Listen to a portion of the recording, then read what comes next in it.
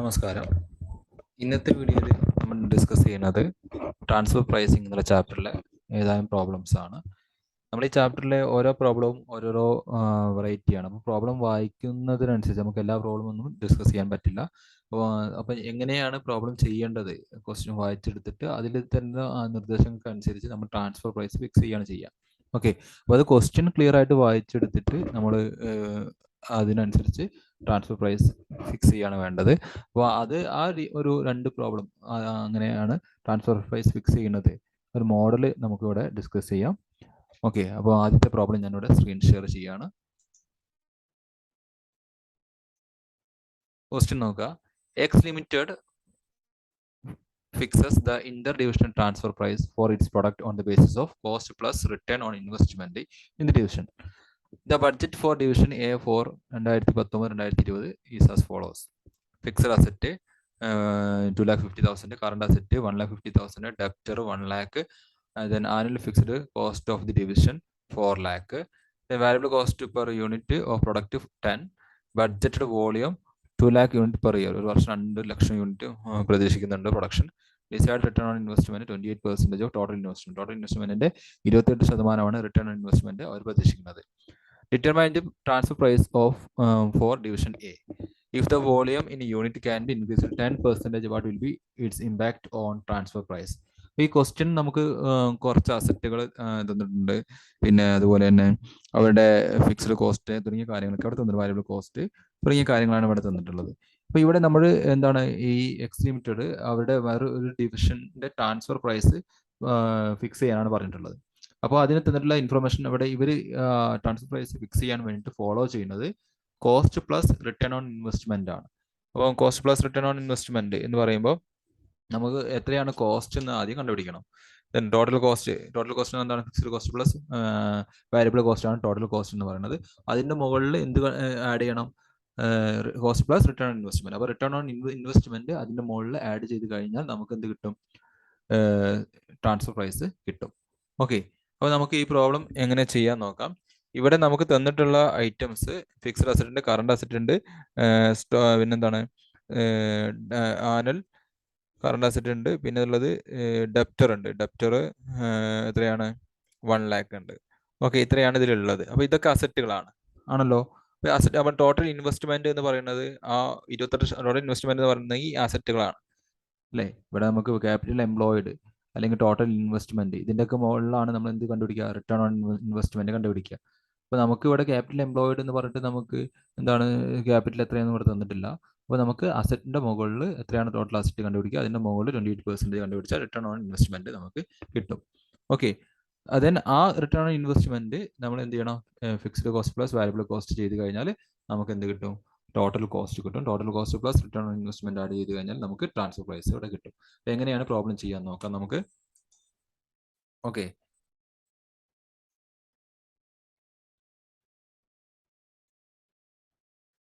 നോക്കാം നിങ്ങൾ calculation of decide return on investment. അപ്പോൾ ഈ ഓർഗനൈസേഷൻ നമുക്ക് ആദ്യം റിട്ടേൺ ഓൺ ഇൻവെസ്റ്റ്മെന്റ് അറിയണം.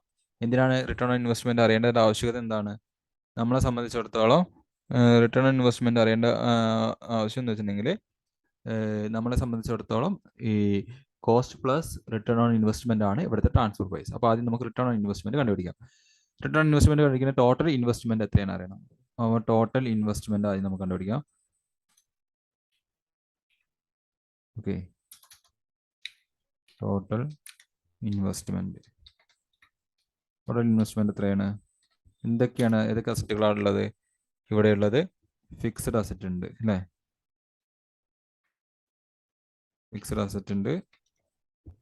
അസറ്റ് എത്ര വാല്യൂ വരുന്നത്? 2,50,000. ദെൻ പിന്നെയുള്ള എന്താണ്? കറണ്ട് അസറ്റ് ഉണ്ട്. കറണ്ട് അസറ്റ് എത്രയാണ് വാല്യൂ? കറണ്ട് അസറ്റിന്റെ വാല്യൂ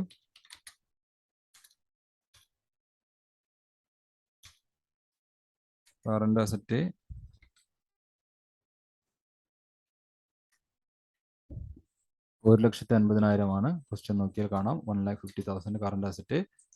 ദെൻ പിന്നെ അസറ്റ് ആയിട്ട് എന്താ ഉള്ളത്? പിന്നെ അസറ്റ് ആയിട്ടുള്ളത് ഇവിടെ ഡെപ്റ്റർ ആണ്. ഡെപ്റ്റർ എത്രയുണ്ട്? 1 ലക്ഷം രൂപ. ഓക്കെ, അപ്പോൾ ടോട്ടൽ ഇൻവെസ്റ്റ്മെന്റ് എന്ന് പറയുന്നത് അതെല്ലാം ചേർന്നതാണ്. ഈ ഓർഗനൈസേഷൻ ടോട്ടൽ ഇൻവെസ്റ്റ്മെന്റിൽ എന്തൊക്കെ വരുന്നുണ്ട്? ഫിക്സ്ഡ് അസറ്റ് വരുന്നുണ്ട്, കറണ്ട് അസറ്റ് വരുന്നുണ്ട്, ഡെപ്റ്റേഴ്സ് വരുന്നുണ്ട്. ഓക്കെ, ഡെപ്റ്റേഴ്സ് വരുന്നത് എത്രയാണ്? 1 lakh. അപ്പോൾ ടോട്ടൽ ഇൻവെസ്റ്റ്മെന്റ് എന്ന് പറയുന്നത് 5 ലക്ഷം രൂപയാണ്. ടോട്ടൽ ഇൻവെസ്റ്റ്മെന്റ് എന്ന് പറയുന്നത് 5 ലക്ഷം രൂപ.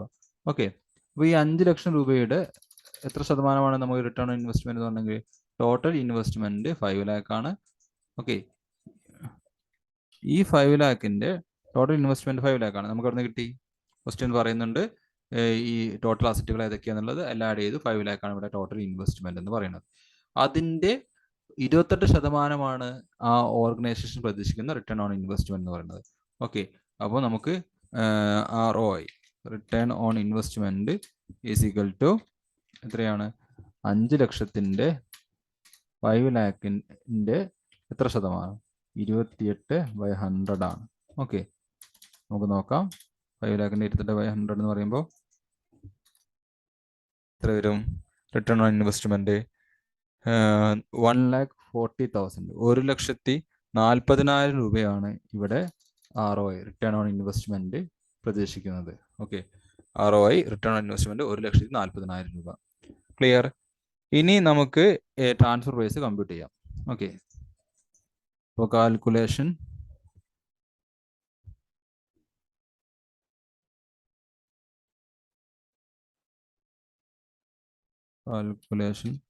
Of transfer price, TP transfer price നമ്മളിവിടെ കാൽക്കുലേറ്റ് ചെയ്യാണ്. അപ്പോൾ കാൽക്കുലേറ്റ് ഇവിടെ എന്താണ്? Cost plus return on investment ആണ് നമ്മൾ ട്രാൻസ്ഫർ പ്രൈസ് ആയിട്ട് തീരുമാനിക്കുന്നത്. അപ്പോൾ ടോട്ടൽ കോസ്റ്റ് നമ്മൾ ഡിറ്റർമിൻ ചെയ്യണം. ടോട്ടൽ കോസ്റ്റ് ഡിറ്റർമിൻ ചെയ്യാൻ ഇവിടെ നമുക്ക് അവൈലബിൾ ആയിട്ടുള്ള ഇൻഫർമേഷൻസ് എന്തൊക്കെയാണ്? നമുക്കിവിടെ ആനുവൽ ഫിക്സ്ഡ് കോസ്റ്റ്, ആ ഡിവിഷന് വരുന്ന ആനുവൽ ഫിക്സ്ഡ് കോസ്റ്റ് നമുക്കറിയാം എത്രയാണ്? 40 ലക്ഷം രൂപയാണ്. ഇതിന് ഒരു കോസ്റ്റിന് വരുന്ന ഒരു യൂണിറ്റിന് വരുന്നത് 10 രൂപയാണ് വാരിയബിൾ കോസ്റ്റ് വരുന്നത്. മൊത്തം ബഡ്ജറ്റഡ് യൂണിറ്റ് 2 ലക്ഷം യൂണിറ്റ് ആണ്. അപ്പോൾ നമുക്ക് വാരിയബിൾ കോസ്റ്റ് എത്രയെന്നും കിട്ടും. അപ്പോൾ നമുക്ക് ആദ്യം ഫിക്സ്ഡ് കോസ്റ്റ് എത്രയാണ്? ഫിക്സ്ഡ് കോസ്റ്റ് ഡയറക്റ്റ് തന്നിട്ടുണ്ട്. 4 ലക്ഷം രൂപയാണ് ആ ഒരു ഓർഗനൈസേഷന്റെ ഫിക്സ്ഡ് കോസ്റ്റ് വരുന്നത്. Then fixed cost plus variable cost ആണ് എന്ത്? Fixed cost plus variable cost ആണ് നമ്മളെ സംബന്ധിച്ചിടത്തോളം എന്തായിട്ട് വരുന്നത്? ടോട്ടൽ കോസ്റ്റ് ആയിട്ട് വരിക. Fixed cost plus variable cost വരുന്നത് ഇവിടെ മൊത്തം 2 ലക്ഷം യൂണിറ്റ് ആണ് ബഡ്ജറ്റഡ് വോളിയം എന്ന് പറഞ്ഞത്. അപ്പോൾ 2 ലക്ഷം ഇൻറ്റു എത്ര? 2 ലക്ഷം ഇൻറ്റു 10 അല്ലേ? അപ്പോൾ വാരിയബിൾ കോസ്റ്റ് വരുന്നത്, ടോട്ടൽ വാരിയബിൾ കോസ്റ്റ് വരുന്നത് 20 ലക്ഷം രൂപയാണ്. ടോട്ടൽ വാരിയബിൾ കോസ്റ്റ് 20 ലക്ഷം രൂപ. ഓക്കെ, അപ്പോൾ ടോട്ടൽ കോസ്റ്റ് കിട്ടി. ടോട്ടൽ കോസ്റ്റ് എത്രയാണ്? അപ്പോൾ ടോട്ടൽ കോസ്റ്റ് 24 lakh. 24 ലക്ഷമാണ് എന്ത് ഇവിടെ ടോട്ടൽ കോസ്റ്റ് എന്ന് പറയുന്നത്. ക്ലിയർ? അപ്പോൾ 24 ലക്ഷം നമ്മൾ എന്ത് ചെയ്യണം? 4 ലക്ഷം ആണ് ഇവിടെ transfer price. Full cost method ആണെങ്കിൽ ഇവിടെ ട്രാൻസ്ഫർ പ്രൈസ് എത്രയാണ്? 24 ലക്ഷമാണ്. പക്ഷെ ഇവിടെ നമ്മൾ കാണാൻ പറഞ്ഞിട്ടുള്ളത് cost plus return on investment ആണ് എന്ത് ഇവിടെ ട്രാൻസ്ഫർ പ്രൈസ് ആയിട്ട് എടുക്കുന്നത്. റിട്ടേൺ ഓൺ ഇൻവെസ്റ്റ്മെന്റ് നമ്മൾ കണ്ടെത്തിയിട്ടുണ്ട് എത്രയാണ്?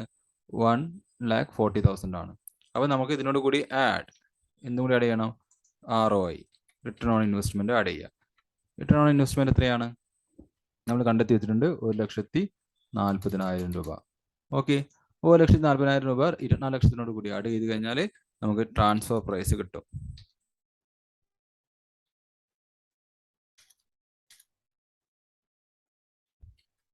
ട്രാൻസ്ഫർ പ്രൈസ് എത്രയാണ്? ടോട്ടൽ 24 ലക്ഷം 1,40,000 കൂടി ആഡ് ചെയ്യുക. 25,40,000 രൂപയാണ് എന്ത് ഇവിടെ ട്രാൻസ്ഫർ പ്രൈസ് എന്ന് പറയുന്നത്. 25,40,000 രൂപ.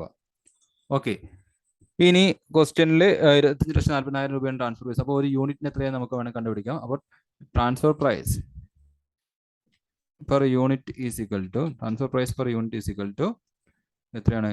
25,40,000 ഡിവൈഡ് ബൈ ടോട്ടൽ ഔട്ട്പുട്ട് എത്രയാണ്?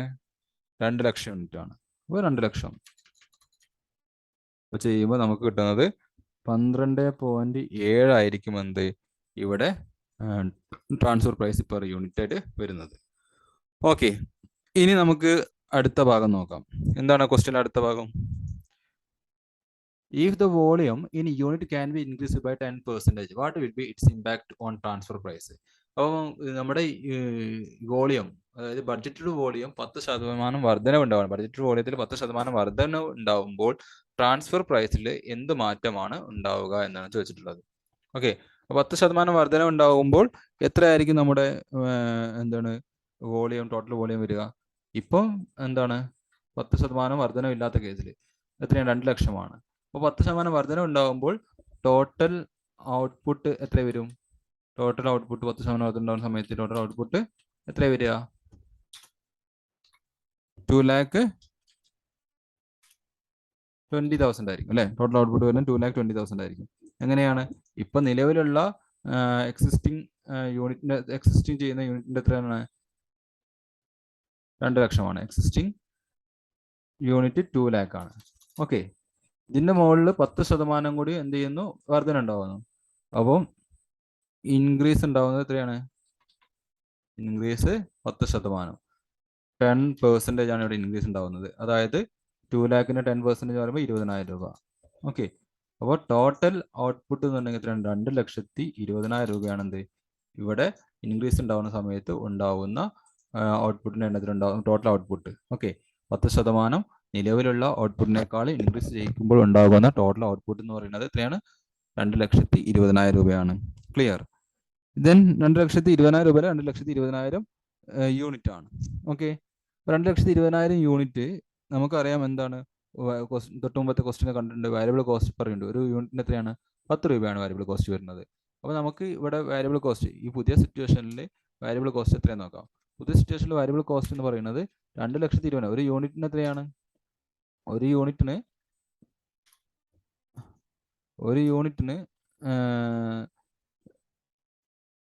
10 രൂപ. അപ്പോൾ 2,20,000 യൂണിറ്റിന് ഇൻറ്റു 10 ചെയ്യുമ്പോൾ നമുക്ക് ടോട്ടൽ വാരിയബിൾ കോസ്റ്റ് കിട്ടും. ടോട്ടൽ വാരിയബിൾ കോസ്റ്റ് കിട്ടുന്നത് എത്രയാണ്? 22 ലക്ഷം. ഓക്കെ, ദെൻ അത് മാത്രം മതിയോ? പോരാ, എന്തും കൂടി അതിലേക്ക് വരണം? ഫിക്സ്ഡ് കോസ്റ്റ് വരണം. ഓക്കെ, നമുക്ക് ഫിക്സ്ഡ് കോസ്റ്റ് ആഡ് ചെയ്യാം. ഫിക്സ്ഡ് കോസ്റ്റ് എത്രയാണ്? ഫിക്സ്ഡ് കോസ്റ്റ് നമുക്ക് ക്വസ്റ്റ്യൻ ഡയറക്റ്റ് ആയിട്ട് തന്നിട്ടുണ്ട്. Fixed cost, annual fixed cost of the division എത്രയാണ്? 4 ലക്ഷം രൂപയാണ്. ഓക്കെ, 4 lakh നമ്മൾ എടുക്കുന്നു. അപ്പോൾ നമുക്ക് ടോട്ടൽ കോസ്റ്റ് 2,20,000 വന്നപ്പോൾ ഉണ്ടാവുന്ന ടോട്ടൽ കോസ്റ്റ് എത്രയാണ്? 2,20,000 യൂണിറ്റ് ആണ് പ്രൊഡ്യൂസ് ചെയ്യുമ്പോൾ നമുക്കുണ്ടാവുന്ന ടോട്ടൽ കോസ്റ്റ് എന്ന് പറയുന്നത് 26 lakh ആണ്. 26 lakh. ക്ലിയർ? ദെൻ ഇതിന്റെ മുകളിൽ നേരത്തെ പറഞ്ഞതുപോലെ നമ്മൾ എന്തും കൂടി ആഡ് ചെയ്യണം? നമ്മൾ ഡിസൈഡ് റിട്ടേൺ ഓൺ ഇൻവെസ്റ്റ്മെന്റ് ഉണ്ടല്ലോ, ROI, അതും കൂടി ആഡ് ചെയ്യുക. ROI ആഡ് ചെയ്യുക. ROI എത്രയാണ്? 1,40,000 ആണ് നമ്മൾ പ്രതീക്ഷിക്കുന്ന റിട്ടേൺ ഓൺ ഇൻവെസ്റ്റ്മെന്റ് എന്ന് പറയുന്നത്. ഓക്കെ, അപ്പോൾ ടോട്ടൽ കോസ്റ്റ് 26 ലക്ഷം. ROI എത്രയാണ്? 1,40,000. ഇത് രണ്ടും കൂടി ആഡ് ചെയ്ത് കഴിഞ്ഞാൽ നമുക്ക് എന്ത് കിട്ടും? 10% വർധനവ് ഉണ്ടായി കഴിഞ്ഞാൽ ഉണ്ടാകുന്ന ട്രാൻസ്ഫർ പ്രൈസ് നമുക്ക് കിട്ടും. രണ്ടും കൂടി ആഡ് ചെയ്ത് നോക്കാം. രണ്ടും കൂടി ആഡ് ചെയ്യുന്ന സമയത്ത് 26 ലക്ഷം പിന്നെ 1,40,000. അപ്പോൾ 27,40,000 ആണ് എന്ത് ഇവിടുത്തെ ട്രാൻസ്ഫർ പ്രൈസ് എന്ന് പറയുന്നത്. 27,40,000 രണ്ടും കൂടി ആഡ് ചെയ്തപ്പോൾ നമുക്ക് കിട്ടി. ക്ലിയർ? അപ്പം ഇവിടെ എന്താണ് പെർ യൂണിറ്റ് കോസ്റ്റ് എത്ര വരും നോക്കാം. അപ്പോൾ ഈ രണ്ടാമത്തെ കേസിൽ 10% വർധന ഉണ്ടായപ്പോൾ ഉണ്ടായ ട്രാൻസ്ഫർ പ്രൈസ് പെർ യൂണിറ്റ് എത്രയാണെന്ന് നമുക്ക് ചെക്ക് ചെയ്ത് നോക്കാം. എങ്ങനെ കാണും? 2,27,40,000 27,40,000 രൂപ നമുക്ക് ട്രാൻസ്ഫർ പ്രൈസ് വന്നത് എത്ര യൂണിറ്റാണ്? 2,20,000 യൂണിറ്റിനാണ്. ഓക്കെ, അങ്ങനെയെങ്കിൽ ഒരു യൂണിറ്റിന് വരുന്നത് എത്ര രൂപയാണ്? 12.45 ആണ്. 12.45 ആണ് ഇവിടെ ഒരു യൂണിറ്റിന് വരുന്ന പെർ യൂണിറ്റ് കോസ്റ്റ് എന്ന് പറയുന്നത്. ഓക്കെ, അപ്പോൾ ഇവിടെ ഉണ്ടാകുന്ന ട്രാൻസ്ഫർ പ്രൈസിൽ എന്ത് മാറ്റമാണ് ഉണ്ടാകുന്നത് എന്നാണ് നമ്മുടെ ക്വസ്റ്റ്യൻ ചോദിച്ചിട്ടുള്ളത്. അപ്പോൾ നമുക്ക് നോക്കാം. ഇവിടെ എന്താണ് ഔട്ട്പുട്ടിന്റെ എണ്ണം കൂടിയപ്പോൾ ഫിക്സ്ഡ് കോസ്റ്റിൽ യാതൊരുവിധ ചേഞ്ചസ് ഉണ്ടാവില്ല, നമുക്കറിയാം. ദെൻ എന്തിനാണ് ചേഞ്ചസ് ഉണ്ടാവുക? ഫിക്സ്ഡ് കോസ്റ്റ് എപ്പോഴും സെയിം ആയിരിക്കുമല്ലോ, അതാണല്ലോ അതിന് ഫിക്സ്ഡ് കോസ്റ്റ്. ഔട്ട്പുട്ടിന്റെ ഉണ്ടാകുന്ന വ്യതിയാനം കൂടുന്നതും കുറയുന്നതും ഫിക്സ്ഡ് കോസ്റ്റിൽ മാറ്റം വരുത്തില്ല. ഓക്കെ, എന്തിൽ മാറ്റം വന്നു? വാരിയബിൾ കോസ്റ്റ് ഇൻ ടോട്ടലിൽ മാറ്റം വന്നു. Variable cost per unit remain fixed ആയിരിക്കും, ടോട്ടലിൽ മാറ്റം വന്നു. അപ്പോൾ ആ ഒരു മാറ്റം കൊണ്ട് നമുക്ക് ട്രാൻസ്ഫർ പ്രൈസിൽ ഉണ്ടാകുന്ന മാറ്റം എത്രയാണ്? ട്രാൻസ്ഫർ പ്രൈസിൽ 12.7 ആയിരുന്നു തൊട്ട് മുമ്പ് നമ്മൾ 2 ലാക്ക് പ്രൊഡ്യൂസ് ചെയ്യുമ്പോൾ ആണ് ട്രാൻസ്ഫർ പ്രൈസ്. അപ്പോൾ യൂണിറ്റിൻ്റെ എണ്ണം കൂടിയപ്പോൾ ട്രാൻസ്ഫർ പ്രൈസ് വീണ്ടും കുറച്ച് കുറഞ്ഞു 12.45 പെർ യൂണിറ്റ് ആയി. അപ്പം വോളിയം ഇൻക്രീസ് ചെയ്തപ്പോൾ ട്രാൻസ്ഫർ പ്രൈസിൽ എന്ത് മാറ്റം ഉണ്ടായി? 0.25ൻ്റെ റിഡക്ഷൻ ഇവിടെ ഉണ്ടായിട്ടുണ്ട്. ഓക്കെ, അതാണ് ഇവിടെ എന്ത് എഫക്റ്റ് ആണ് നിങ്ങളോട് പഠിച്ചു നമുക്ക് 10% വർധന ഉണ്ടാകുമ്പോൾ വരുന്നത് എന്നാണ് ചോദിച്ചിട്ടുള്ളത്. അപ്പോൾ ആൻസർ ആയിട്ട് എഴുതുന്നത് എന്താണ്? Due to increase in sales volume the transfer price will be reduced by 0.25. Okay, ഇതാണ് ഇതിന് ആൻസർ ആയിട്ട് വരുന്നത്. അപ്പം ഈ തരത്തിലായിരിക്കും ക്വസ്റ്റ്യൻ നമുക്ക് തന്നെ സെൽഫ് എക്സ്പ്ലനേറ്റീവ് ആയിരിക്കും നമുക്ക്. അപ്പോൾ ഇത് കൃത്യമായിട്ട് ഒരു ഫോർമാറ്റ് ഈ ചാപ്റ്ററിന് നമുക്ക് ട്രാൻസ്ഫർ പ്രൈസ് കണ്ടുപിടിക്കാൻ ഒരു ഫോർമാറ്റ് ഒന്നും ഇല്ല. ആ ക്വസ്റ്റ്യൻ പറയുന്ന രീതിയിൽ നമ്മൾ എന്ത് ചെയ്യുന്നു? പ്രൈസ് കണ്ടുപിടിക്കുന്നു. അപ്പോൾ ഇവിടെ നമ്മളോട് പറഞ്ഞിട്ടുള്ളത് റിട്ടേൺ ഓൺ ഇൻവെസ്റ്റ്മെന്റ് തന്ന്, ഫിക്സ്ഡ് കോസ്റ്റ് തന്ന്, വാരിയബിൾ കോസ്റ്റ് തന്ന്, ദെൻ നമ്മൾ cost plus return on investment ചെയ്തിട്ട് ട്രാൻസ്ഫർ പ്രൈസ് കണ്ടുപിടിക്കാനാണ് പറഞ്ഞിട്ടുള്ളത്. അപ്പോൾ നമ്മൾ അതിനനുസരിച്ച് ചെയ്തു. ഓക്കെ, അപ്പോൾ ആ രീതിയിലേ നമുക്ക് പ്രോബ്ലം പഠിക്കാൻ പറ്റുകയുള്ളൂ. അപ്പം നിങ്ങൾ ചെയ്തു നോക്കുന്ന സമയത്ത് ഒരു ഫോർമാറ്റ് തേടി പോകാൻ നിൽക്കാതെ ക്വസ്റ്റ്യൻ വായിച്ചിട്ട് അതിനനുസരിച്ച് ക്വസ്റ്റ്യൻ അനുസരിച്ച് പ്രോബ്ലം ചെയ്യാൻ ശീലിക്കുക. ഓക്കെ, വേറൊരു എക്സാമ്പിൾ നമുക്ക് ചെയ്യാം. അടുത്ത വീഡിയോയിലൂടെ ഞാൻ അത് കാണിച്ചു തരാം. ഓക്കെ, അപ്പോൾ ഈ ഒരു ക്വസ്റ്റ്യനും ഇതിൻ്റെ ആൻസറും ചെയ്യാൻ നിങ്ങൾ പഠിക്കുക. ഇത്തരത്തിലുള്ള ക്വസ്റ്റ്യൻസ് മേ ബി ചോദിക്കാം. എന്നാലും ഞാൻ അത്രയധികം ക്വസ്റ്റ്യൻസ് ഒന്നും ഈ ചാപ്റ്ററിൽ പ്രതീക്ഷിക്കുന്നില്ല. ഒരു ക്വസ്റ്റ്യൻ കൂടി നമുക്ക് വേറൊരു മോഡലിൽ നമുക്ക് ചെയ്തു നോക്കാം. ഓക്കെ, അപ്പോൾ ശരി, ബാക്കി അടുത്ത ക്ലാസ്സിൽ.